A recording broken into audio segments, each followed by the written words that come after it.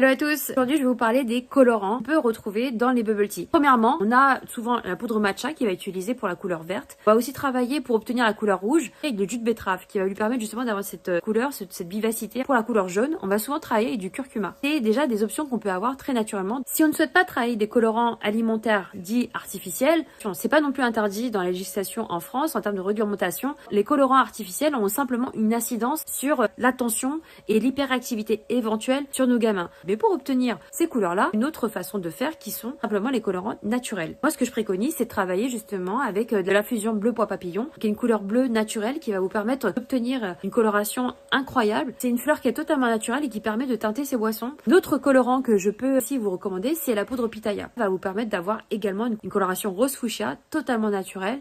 Donc, pour pouvoir pimper vos recettes, dans la fusion bleu pois papillon, elle est considérée comme étant riche en antioxydants. La poudre pitaya, on considère qu'elle est riche en minéraux et en vitamines.